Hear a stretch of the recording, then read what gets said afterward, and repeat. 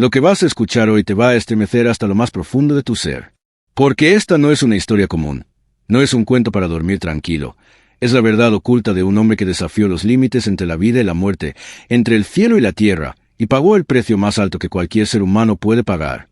Si tienes el valor suficiente para conocer lo que realmente pasó, si estás dispuesto a enfrentar las revelaciones más perturbadoras que rodean la muerte más misteriosa en la historia reciente de la Iglesia mexicana, entonces quédate hasta el final de este video porque lo que descubrirás cambiará para siempre tu forma de ver la fe, el poder y la oscuridad que a veces se esconde detrás de las sotanas. Pero antes de comenzar, suscríbete a este canal ahora mismo y activa la campanita de notificaciones porque este tipo de contenido explosivo puede ser censurado en cualquier momento, y no queremos que te pierdas las próximas revelaciones que tenemos preparadas. Dale like a este video si tienes el coraje de conocer la verdad, porque créeme, lo que vas a escuchar no es para corazones débiles. Era el año 1954 cuando en el pequeño pueblo de Tanlajas, San Luis Potosí, nació un niño que estaba destinado a convertirse en una de las figuras más controvertidas y veneradas de la Iglesia Católica Mexicana. Su nombre era Moisés Lárraga Medellín, y desde el momento en que abrió los ojos en este mundo, su vida estuvo marcada por un destino que parecía escrito por fuerzas que van más allá de nuestra comprensión. Nació un 27 de mayo, en el seno de una familia que combinaba el poder terrenal con la devoción celestial, porque su padre Bartolo Lárraga Martel no era un hombre común. Era un hacendado, un hombre de tierras y fortuna, mientras que su madre María del Socorro Medellín era conocida por su fervor religioso extremo. Una mujer que vivía con la mirada puesta en el cielo pero los pies firmes en la tierra. Y aquí viene el primer dato perturbador que muchos no conocen. Bartolo Lárraga había estado casado antes. Tuvo 3 hijos de su primer matrimonio con Mariana Fernández Lárraga, Felipe, Micheas que ya falleció, y Marcelino, hermanos mayores del pequeño Moisés que siempre vivieron en la sombra de la fama de su hermano menor. Imagina la tensión, los celos, las rivalidades que pudieron haberse gestado en esa familia dividida entre 2 matrimonios, entre 2 mundos. Pero lo que más llama la atención, lo que hace que la piel se erice, es que desde que Moisés era apenas un niño pequeño, jugaba a ser sacerdote. No son juegos normales de un infante, estamos hablando de un comportamiento obsesivo, de un llamado que algunos dirían era divino pero otros podrían interpretar como algo mucho más oscuro. Porque cuando un niño de 5, 6, 7 años dedica todo su tiempo a imitar rituales religiosos, a pretender que celebra misas, a actuar como si ya llevara el peso de la sotana sobre sus hombros infantiles, algo está pasando en las profundidades de su psique que va más allá de una simple vocación. Era como si algo o alguien ya lo hubiera marcado, como si fuerzas invisibles ya hubieran decidido cuál sería su camino, y ese camino estaría pavimentado con milagros, con dolor, con controversia y finalmente con una muerte tan misteriosa que hasta el día de hoy sigue generando más preguntas que respuestas. Y aquí viene algo que te va a dejar helado. La vocación del joven Moisés no fue un camino recto, fue un tormento, una lucha brutal entre el llamado celestial y las tentaciones terrenales. Escucha bien esto porque es revelador. Moisés intentó entrar al seminario no 1, no 2, sino 3 veces. La primera vez tenía apenas entre 10 y 12 años. Entró al seminario de San Luis Potosí. Pero algo pasó. Algo lo hizo huir. Oficialmente dicen que extrañaba a su familia. Pero piénsalo bien. Un niño que supuestamente había sido llamado por Dios desde la cuna, que jugaba a ser sacerdote desde que tenía uso de razón. De repente ya no soporta estar en el seminario y regresa corriendo a casa. ¿Qué vio ahí adentro? ¿Qué experimentó entre esos muros sagrados que lo hizo escapar? Nadie lo sabe, o tal vez nadie quiere decirlo. Pasaron algunos años y Moisés lo intentó de nuevo. Esta vez tenía entre 14 y 15 años y entró al prestigioso seminario palafoxiano de Puebla, uno de los más estrictos, uno de los más antiguos y respetados de todo México. Pero nuevamente algo salió mal. Y aquí viene la parte que la Iglesia no quiere que sepas. Se salió porque según las versiones oficiales le gustó lo que el mundo le mostró. Traducción: el joven Moisés fue seducido por las tentaciones mundanas, por todo aquello que un sacerdote debe rechazar, el placer, la carne, los deseos que hierven en la sangre de cualquier adolescente. Imagina el conflicto interno, imagina la batalla que se libraba en el alma de este joven. Por un lado el llamado obsesivo hacia lo divino, por el otro la atracción magnética hacia lo terrenal. Era un hombre dividido, un alma en guerra consigo misma, y todos sabemos que las almas divididas son las más peligrosas, las más impredecibles, las que pueden alcanzar las cimas más altas de la santidad o caer en los abismos más profundos de la perdición. Pero Moisés no se rindió, o tal vez deberíamos decir que lo llamaban no lo dejó rendirse. A los pocos años hizo su tercer y definitivo intento, esta vez en el seminario de Monterrey, y aquí algo cambió radicalmente. Según cuentan los que lo conocieron en esa época, Moisés tuvo lo que describió como un fuerte llamado del Señor, algo tan poderoso, tan abrumador que ya no pudo resistirse más. ¿Qué fue exactamente ese llamado? ¿Fue una voz en su cabeza? ¿Fue una visión? ¿Fue un sueño profético? ¿O fue algo mucho más perturbador que nunca se atrevió a revelar completamente? Lo que sí sabemos es que en ese seminario de Monterrey encontró a alguien que creería en él cuando nadie más lo hacía, el rector Miguel Ángel Alba Díaz, quien años después llegaría a ser obispo de La Paz en Baja California. Lo apreciaba profundamente, lo protegía, algunos dirían que incluso lo encubría cuando hacía falta. La formación sacerdotal de Moisés fue tan intensa como errática. Estudió cursillos en el seminario de Saltillo, Coahuila. Hizo un curso introductorio en el seminario de Tampico, Tamaulipas. Después viajó hasta Chicago, Estados Unidos, para cursar el primero de teología en el seminario de Santa María Mondeline. Imagina lo que significa eso. Mandar a un seminarista tan conflictivo hasta el otro lado de la frontera, lejos de las miradas, lejos del control, lejos de todo. Y finalmente regresó a México para estudiar en la Universidad Pontificia de la Ciudad de México, una institución que curiosamente había sido reabierta desde los tiempos turbulentos de Miguel Hidalgo, como si la historia misma estuviera preparando el escenario para lo que vendría.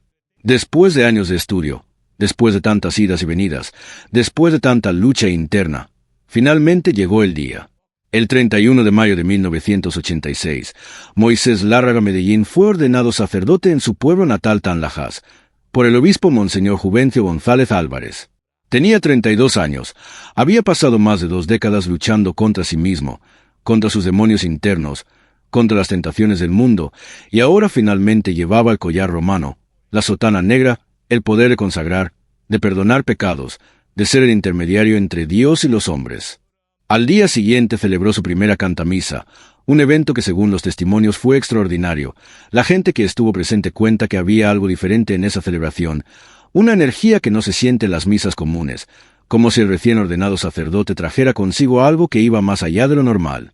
Y el 2 de junio, apenas 48 horas después de su ordenación, recibió un nombramiento que sorprendió a muchos y levantó las cejas de otros. Fue nombrado rector del Seminario Diocesano de Ciudad Valles, un puesto de enorme responsabilidad y poder para alguien que acababa de ordenarse. Piénsalo bien, un hombre que había fracasado 3 veces en permanecer en seminarios, que había sido tentado por el mundo, que había mostrado debilidad y vacilación, ahora era puesto a cargo de formar a las nuevas generaciones de sacerdotes. Era como poner a un alcohólico recuperado a cargo de un bar, o confiar en un pirómano para que cuide el bosque. Pero aquí viene algo impactante. Durante los 10 años que Moisés Lárraga estuvo como rector del seminario de Ciudad Valles, se ordenaron 29 sacerdotes bajo su dirección. 29 hombres que pasaron por sus manos, que recibieron su enseñanza, que absorbieron su energía, su carisma, pero también sus sombras, sus secretos, todo aquello que hacía de él un hombre tan magnético como peligroso. Y entonces llegó el momento que cambiaría todo. El momento en que el padre Moisés Lárraga sería enviado al lugar donde su leyenda nacería y donde eventualmente encontraría su final. Al terminar su periodo como rector, el obispo José Guadalupe Galván Galindo, que hoy es obispo de Torreón, tomó una decisión que muchos consideraron extraña. Decidió nombrar a Moisés como párroco de Tambaca, un pueblito perdido en el municipio de Tamazopo, un lugar que parecía olvidado por Dios y por los hombres. El nombramiento generó críticas inmediatas. Había quienes decían que era un castigo disfrazado, que estaban mandando un sacerdote tan brillante y carismático a pudrirse en medio de la nada. Pero el padre Moisés respondió con palabras que hoy suenan proféticas y escalofriantes. Aquí es donde el Señor me mandó y aquí quiero estar. Además es la parroquia que siempre soñé. ¿Qué significaban esas palabras? ¿Por qué un hombre con su educación, con su experiencia, con sus conexiones, soñaba con una parroquia perdida en la selva huasteca, que sabía que los demás no sabían, que había en Tambaca que lo llamaba con tanta fuerza? La respuesta a esas preguntas comenzó a revelarse poco después de que el padre Moisés llegara a Tambaca. Porque lo que sucedió en ese pueblo pequeño, lo que comenzó a manifestarse en esa parroquia de San José Obrero, fue algo que nadie podía haber previsto, algo que desafiaría todas las explicaciones racionales y pondría al padre Moisés en el centro de una tormenta de fe, de poder, de milagros y de controversia que crecería hasta proporciones inimaginables. Según cuentan los testimonios, y hay cientos de ellos, el padre Moisés descubrió, o tal vez deberíamos decir que se le manifestó un don de sanación tan poderoso, tan extraordinario, que pronto la noticia comenzó a esparcirse como fuego en paja seca. No eran sanaciones sutiles, no eran mejorías graduales que podrían atribuirse a la fe o al efecto placebo. Estamos hablando de milagros en toda regla. Personas en sillas de ruedas que se levantaban y caminaban, enfermos terminales que recuperaban la salud de forma inexplicable, posesos que quedaban liberados después de que el Padre rezara sobre ellos. La parroquia de San José Obrero en Tambaca se transformó en un centro de peregrinación masiva. Miles de personas de todo México y de países de Sudamérica comenzaron a llegar, llenando el pueblo, desbordando las calles, buscando desesperadamente tocar al Padre Moisés, recibir su bendición, ser sanados por sus manos. La fama del Padre Moy, como lo llamaban cariñosamente, se extendió como una epidemia de esperanza en un país devastado por la pobreza, la enfermedad y la desesperación. Llegaron políticos buscando su bendición, artistas famosos queriendo conocerlo, tours especiales se organizaban desde estados lejanos transportando a los enfermos que ya no tenían ninguna otra esperanza. El fenómeno fue tan masivo que se hicieron planes para construir hoteles en Tambaca, para desarrollar infraestructura turística, porque ese pueblito perdido se había convertido de la noche a la mañana en uno de los destinos religiosos más importantes de México. Pero aquí viene lo oscuro, lo que no te cuentan en las hagiografías dulces, lo que se susurra en voz baja pero nunca se grita. Porque con el poder viene la envidia, con la fama llega la sospecha, y con los milagros siempre aparecen los enemigos. El Padre Moisés comenzó a recibir amenazas de muerte. Sí, has oído bien. Un sacerdote que supuestamente solo hacía el bien, que sanaba a los enfermos, que traía esperanza a los desesperados, empezó a ser amenazado. ¿Quién lo amenazaba? Otros sacerdotes celosos de su fama, autoridades incómodas con su poder o fuerzas más oscuras que veían en él una amenaza a sus propios intereses. Existe un video grabado en noviembre de 2007, apenas 6 meses antes de su muerte, donde el Padre Moisés realiza un retiro de sanación y se menciona explícitamente que había sido amenazado de muerte por proclamar el Evangelio. Imagina eso, amenazado de muerte por hacer lo que supuestamente Dios le había mandado hacer. Y no solo eran amenazas abstractas, había eventos concretos que demostraban que el Padre Moisés estaba en peligro real. Existe un testimonio escalofriante de una imagen religiosa que supuestamente lloró cuando el Padre estaba celebrando, como si las fuerzas celestiales mismas estuvieran advirtiendo de algo terrible que se aproximaba.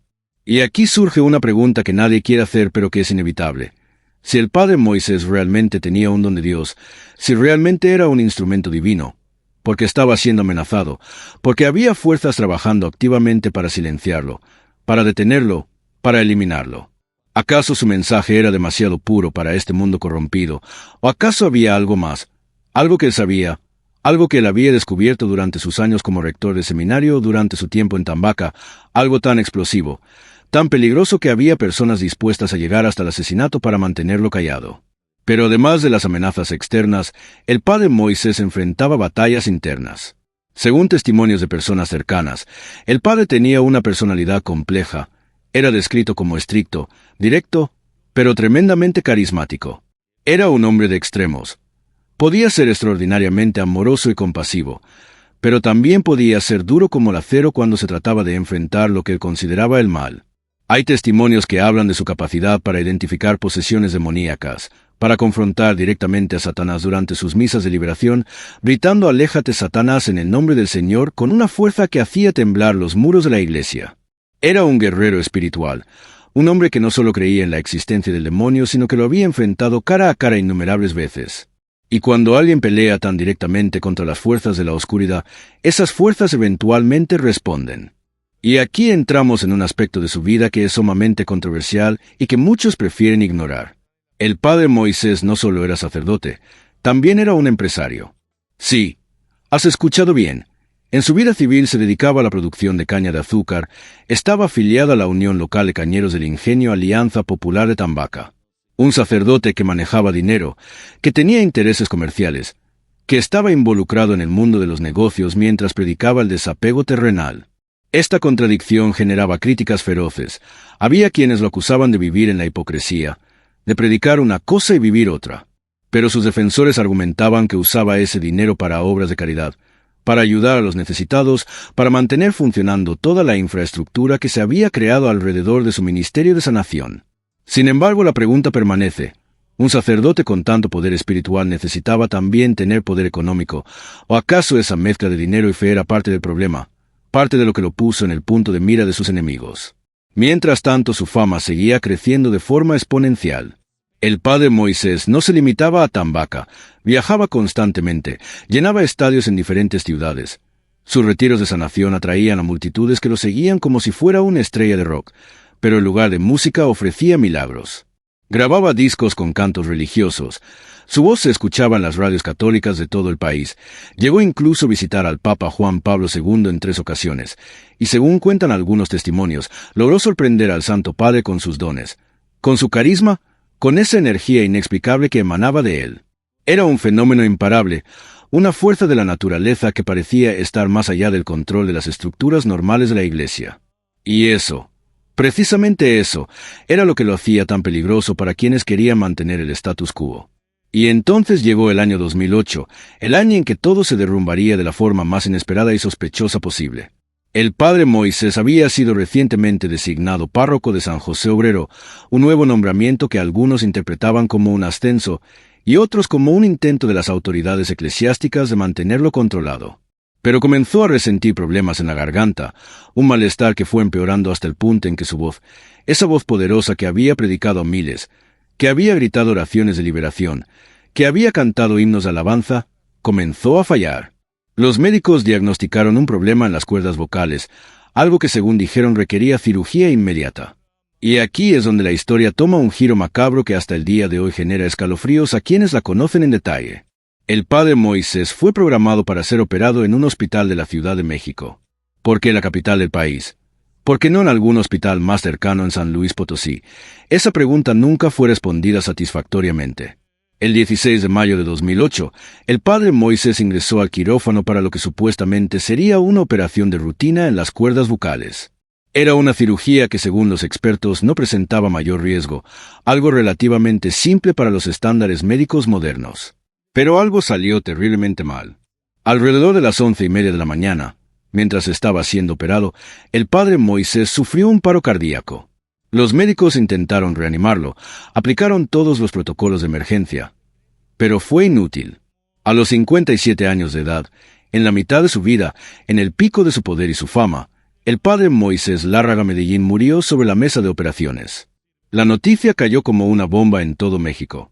Las redes sociales que apenas comenzaban en esa época se llenaron de mensajes de shock, de dolor, pero también de sospecha, porque demasiadas cosas no cuadraban en esa historia oficial.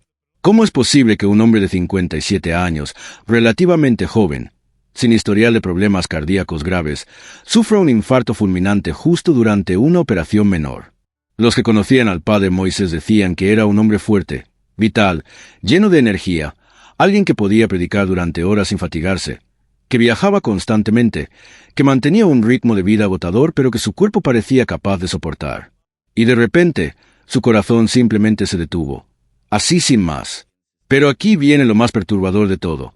Existe un documento que circula en redes sociales, una publicación en la página oficial del padre Moisés que lleva un título escalofriante, evidente de la misteriosa muerte del PBO Moisés Lárraga M. Jamás lo operaron.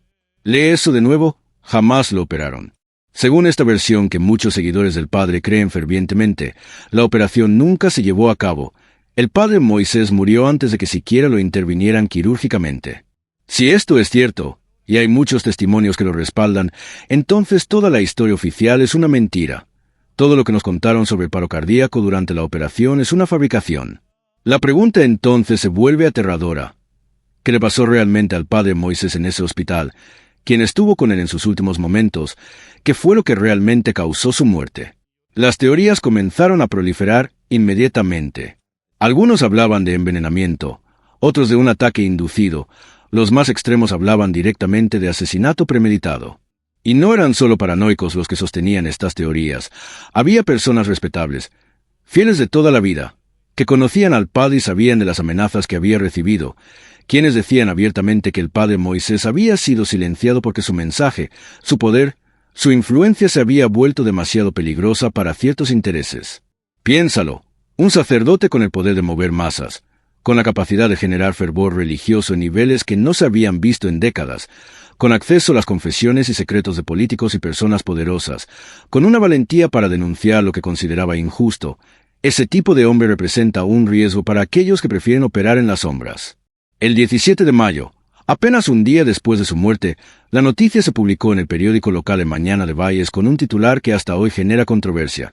Murió el padre Moy en la sede de México, iba a ser operado de la garganta y quedó en la plancha, era sacerdote de Tambaca y hacía misas de sanación. La frase quedó en la plancha es particularmente macabra, porque en el lenguaje médico forense significa que murió en la mesa de operaciones, pero también tiene connotaciones de algo que quedó inconcluso, algo que fue interrumpido bruscamente. Y esa interrupción, ese final abrupto de una vida que aún tenía tanto por dar, es lo que hace que tantos se nieguen a aceptar la versión oficial. Los funerales del padre Moisés fueron un evento masivo que superó cualquier expectativa.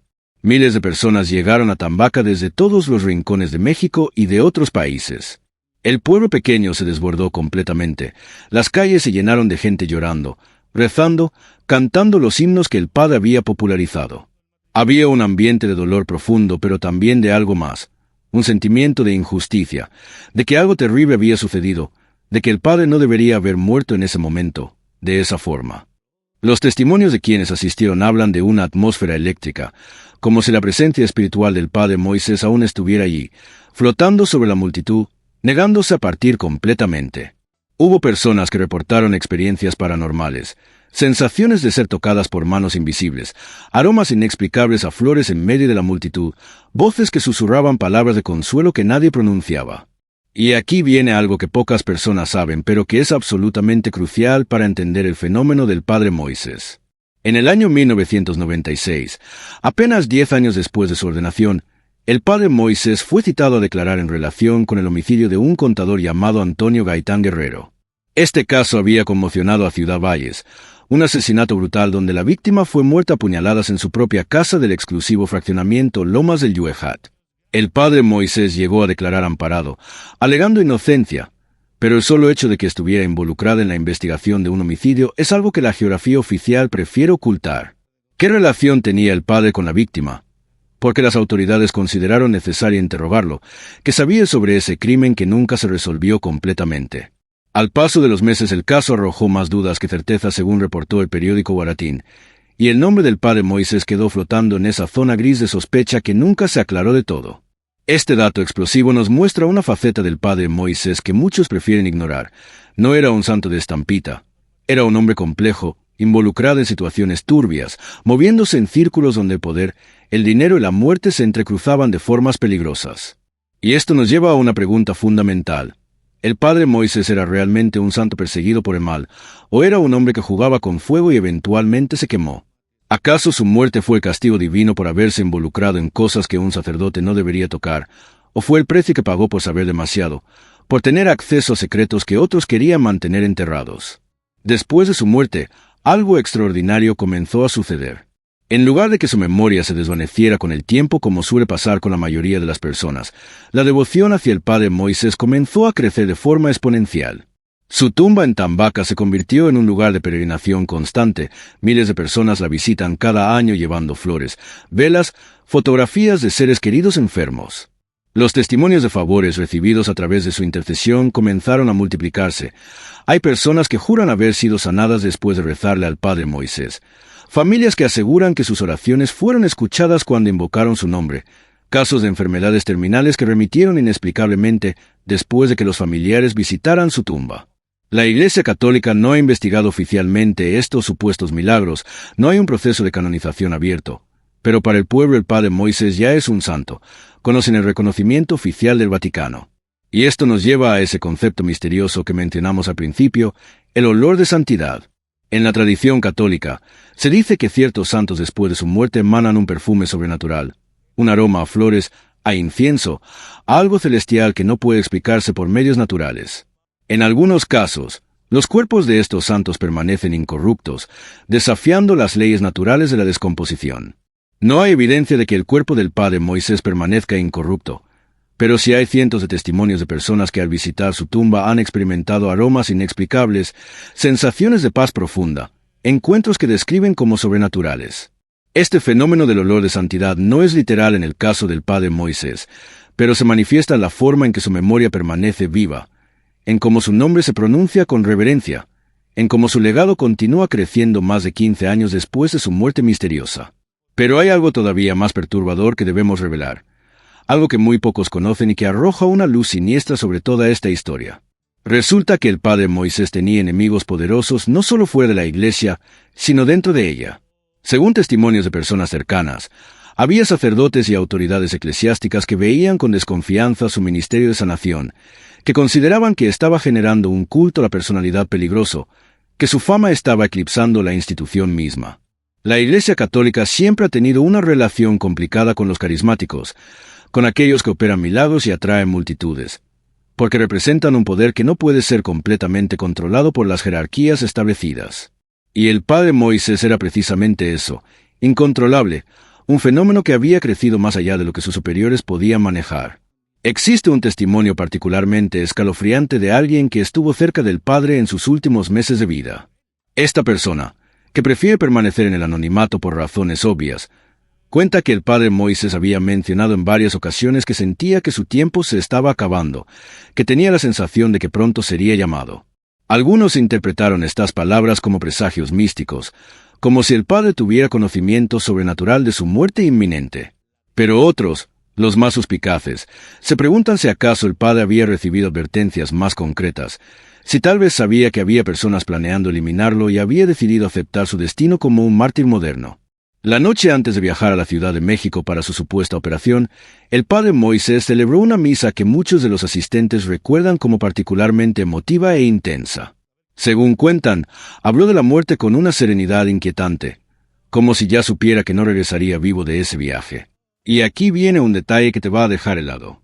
Existe un grupo de fieles devotos del padre Moisés que han estado investigando por su cuenta las circunstancias de su muerte durante todos estos años.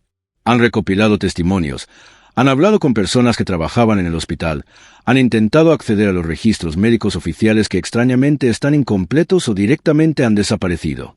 Lo que han descubierto es explosivo. Varios empleados del hospital que prefieren no ser identificados han insinuado que la operación del padre Moisés estuvo rodeada de irregularidades desde el principio.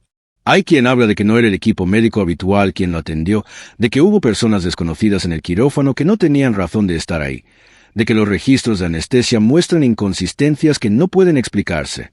Algunos van más lejos y hablan abiertamente de que al padre se le administró algo que indujo el paro cardíaco, que su muerte fue un asesinato disfrazado de complicación médica.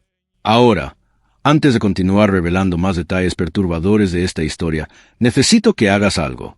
Si has llegado hasta aquí, si el valor no te ha abandonado todavía, dale like a este video ahora mismo. Compártelo con todas las personas que conozcas porque esta verdad necesita ser conocida, necesita llegar a todos los rincones posibles antes de que intenten censurarla. Y si aún no lo has hecho, suscríbete al canal y activa todas las notificaciones porque lo que voy a revelar a continuación es tan impactante que posiblemente este video no permanezca mucho tiempo disponible. Estamos a punto de entrar en el corazón más oscuro de esta historia, en los secretos que han permanecido ocultos durante más de 15 años. Después de la muerte del padre Moisés, comenzaron a circular rumores sobre un supuesto diario secreto que el sacerdote había mantenido durante años. Según estos rumores, en ese diario el padre Moisés registraba no solo sus experiencias espirituales y sus encuentros con lo sobrenatural, sino también información comprometedora sobre personas poderosas que acudían a él en busca de confesión y guía espiritual. Imagina el poder que representa tener acceso a los secretos más íntimos de políticos, empresarios, líderes criminales que buscaban la absolución de sus pecados. El padre Moisés, por el sacramento de la confesión, tenía conocimiento de cosas que muchas personas matarían por mantener en secreto. Y aquí viene lo aterrador. Ese diario supuestamente desapareció después de su muerte. Su familia nunca lo encontró entre sus pertenencias. La iglesia niega saber de su existencia. Pero hay demasiadas personas que juran haberlo visto, que dicen que el padre lo llevaba consigo constantemente en una maleta de cuero negro. ¿Qué contenía ese diario que era tan peligroso? ¿Qué secretos estaban escritos en sus páginas que alguien consideró necesario hacerlo desaparecer? Algunos especulan que el padre había documentado redes de corrupción que involucraban a miembros de la iglesia con el narcotráfico, algo que en San Luis Potosí, la Huasteca, no sería sorprendente dado el nivel de penetración que el crimen organizado tiene en esa región. Otros hablan de que había notado confesiones de abusos sexuales cometidos por otros sacerdotes, información que la iglesia habría querido mantener enterrada a cualquier costo. Y los más extremos sugieren que el padre había descubierto algo todavía más siniestro, algún tipo de red de tráfico de personas o de ritual satánico que operaba encubierto dentro de estructuras respetables de la sociedad. Lo que sí sabemos con certeza es que el padre Moisés no era un hombre que se callaba ante la injusticia. Hay testimonios documentados de cómo denunciaba públicamente la corrupción, de cómo llamaba por su nombre a quienes consideraba pecadores públicos, de cómo no tenía miedo de enfrentarse a los poderosos cuando consideraba que estaban actuando en contra de la voluntad de Dios. Este tipo de valentía, o algunos dirían imprudencia, es admirable pero también extremadamente peligrosa. En México, un país donde cada año son asesinados decenas de periodistas, activistas y personas que se atreven a denunciar las estructuras de poder corruptas, un sacerdote con información comprometedora y sin miedo de usarla es una persona marcada para la muerte. Y aquí debemos hablar de algo que la narrativa oficial sobre el padre Moisés ignora completamente: su relación con el dinero y el poder. Como ya mencionamos, el padre no solo era sacerdote, sino también productor de caña de azúcar, estaba involucrado en el mundo de los negocios, manejaba sumas considerables de dinero tanto de sus empresas como de las donaciones masivas que recibía de los miles de fieles que acudían a él. Hay quienes calculan que el flujo de dinero que pasaba por sus manos podría haber alcanzado millones de pesos al año. ¿A dónde iba todo ese dinero? ¿Cómo se administraba? ¿Quién tenía acceso a esas cuentas? Estas preguntas nunca fueron respondidas satisfactoriamente después de su muerte. Su familia heredó algunas propiedades. La parroquia recibió algunos fondos, pero hay quienes sostienen que había cuentas fantasma, dinero que simplemente desapareció y que nunca pudo ser rastreado. Esta situación generó conflictos incluso dentro de su propia familia. Recuerda que el padre Moisés tenía 3 medio hermanos del primer matrimonio de su padre: Felipe, Micheas, que ya falleció, y Marcelino. Estos hermanos mayores siempre vivieron a la sombra de la fama de Moisés, y según algunos testimonios, había tensiones relacionadas con las herencias familiares y las propiedades del padre. Después de la muerte del sacerdote, surgieron disputas sobre quién debía controlar qué, sobre el legado espiritual versus el legado material. Hubo acusaciones de que algunas personas estaban tratando de lucrar con la imagen del padre Moisés, vendiendo reliquias supuestamente bendecidas por él, organizando eventos en su nombre para recaudar fondos que no se destinaban a obras de caridad sino a bolsillos privados. Todo este contexto de dinero, poder, secretos y conflictos familiares crea un cuadro mucho más complejo y oscuro de lo que la imagen santificada del padre Moisés sugiere.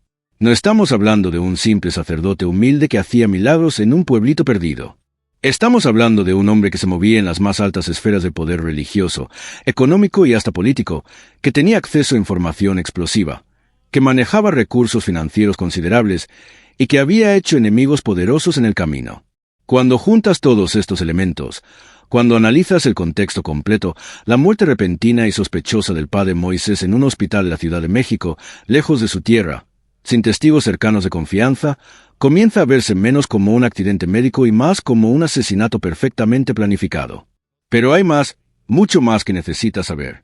En los meses previos a su muerte, el padre Moisés había comenzado a hablar públicamente sobre cosas que incomodaban profundamente a las autoridades eclesiásticas.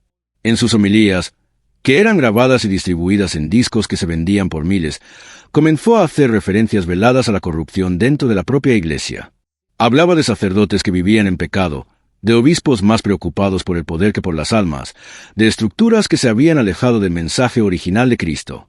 Para cualquier familiarizado con cómo opera la institución católica, sabe que este tipo de declaraciones públicas son extremadamente peligrosas.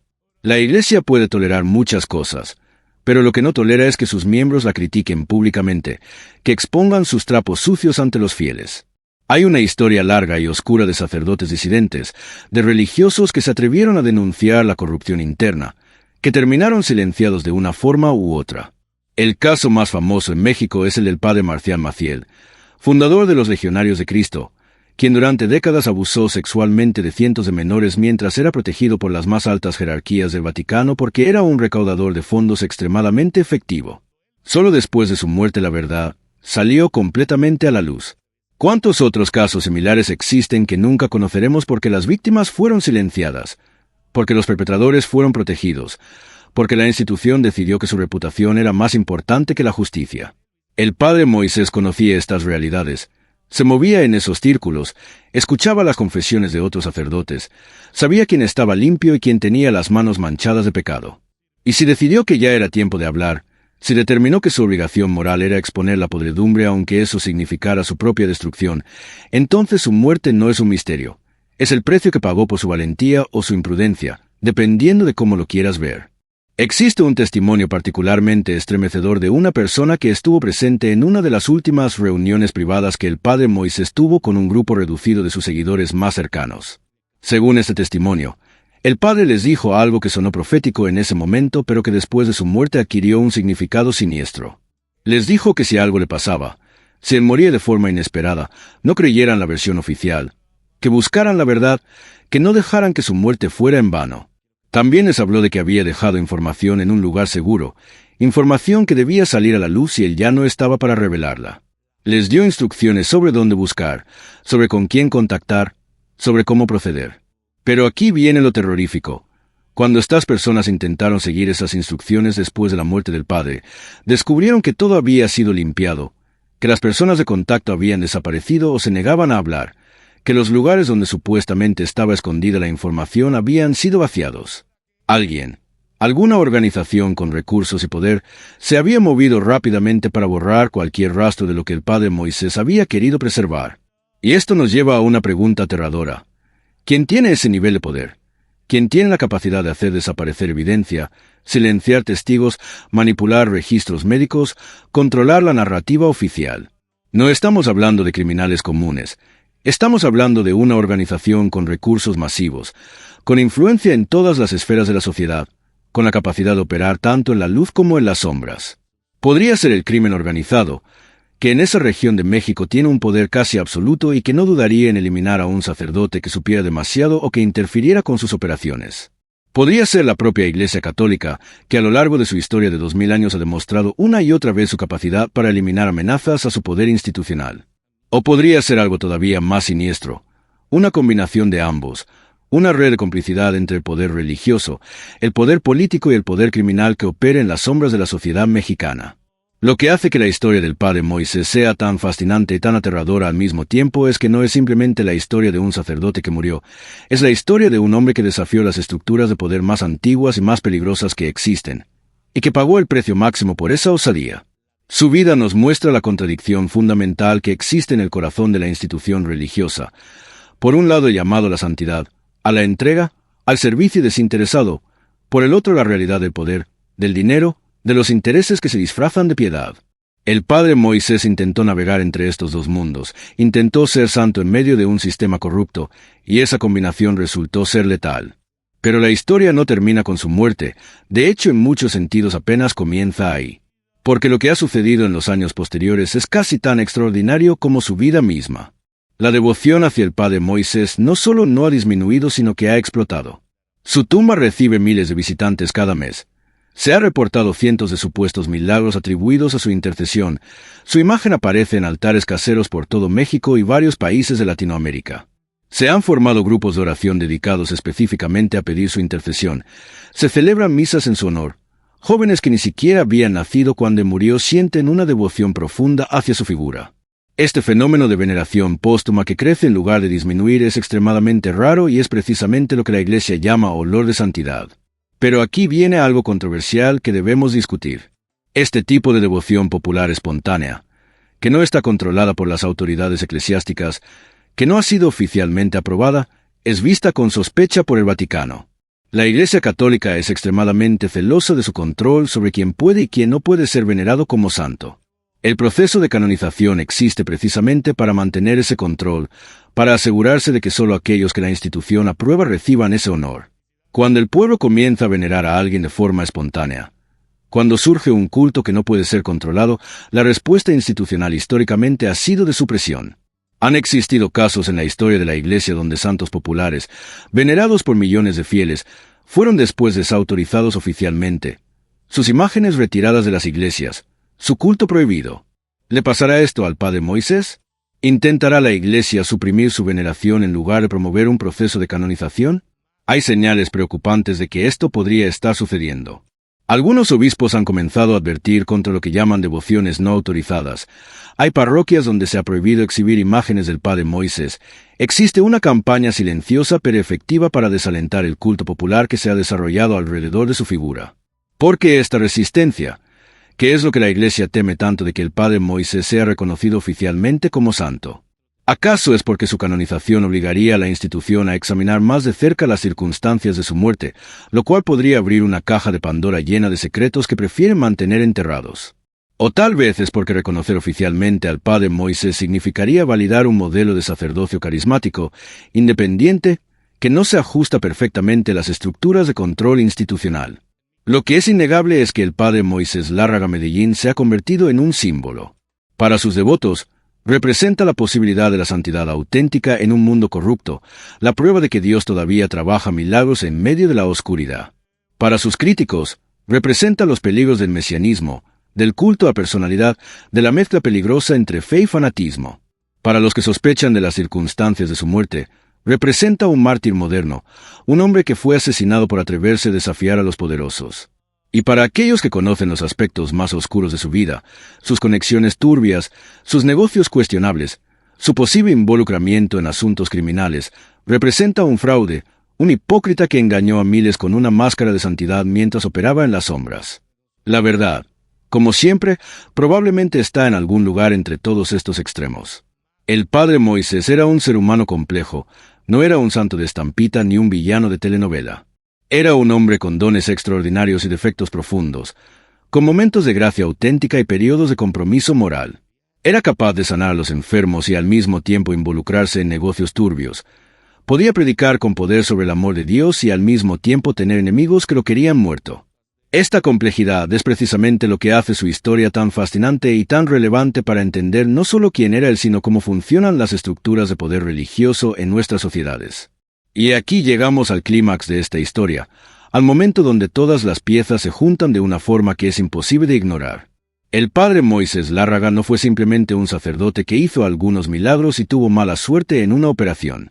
Fue un fenómeno, una fuerza de la naturaleza que desafió las reglas establecidas, que operó en la intersección entre lo sagrado y lo profano, entre el cielo y el infierno.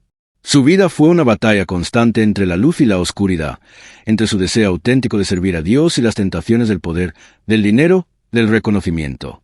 Y su muerte, lejos de ser un simple accidente médico, fue el desenlace inevitable de una vida vivida en esa tensión extrema.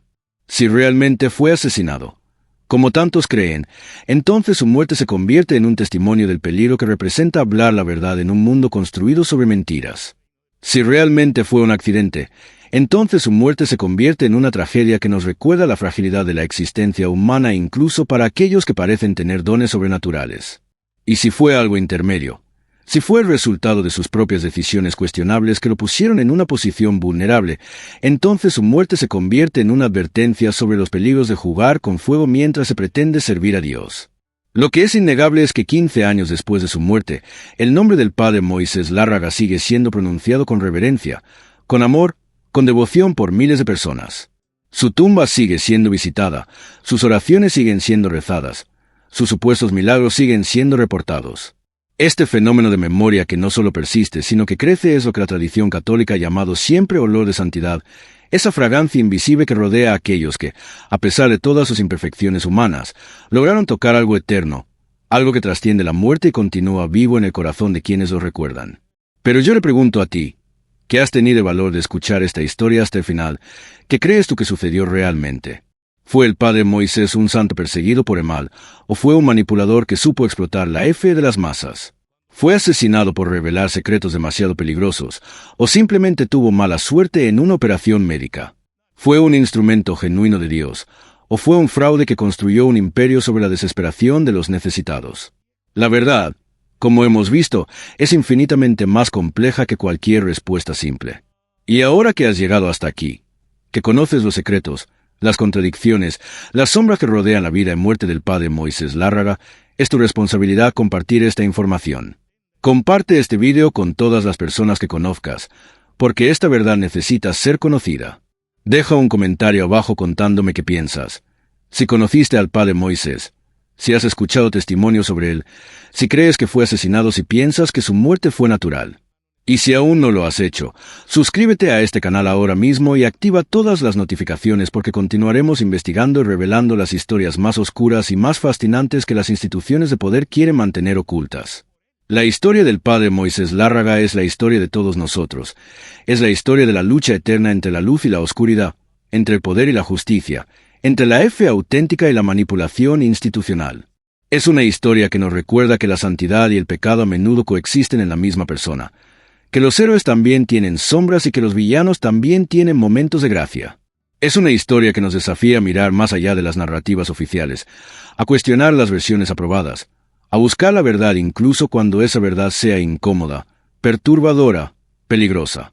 Y quizás, solo quizás, esa búsqueda de la verdad, ese rechazo a aceptar las mentiras cómodas, ese compromiso con mirar directamente la oscuridad sin parpadear, es en sí mismo el verdadero legado del padre Moisés Lárraga. No importa si era un santo o un pecador, lo que importa es que su vida y su muerte nos obligan a pensar, a cuestionar, a buscar respuestas en un mundo que prefiere ofrecernos ilusiones.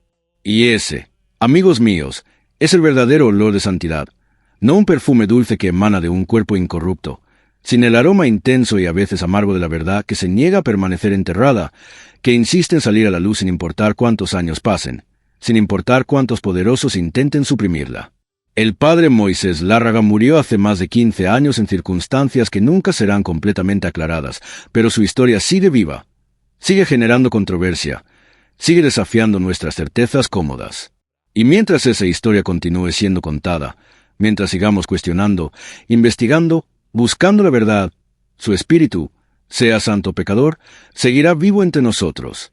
Porque al final, lo que hace que alguien sea verdaderamente inmortal no es que lo canonicen oficialmente, sino que su historia continúe siendo contada, que su memoria se rehúsa a morir, que las preguntas que su vida planteó sigan demandando respuestas que nadie se atreve a dar.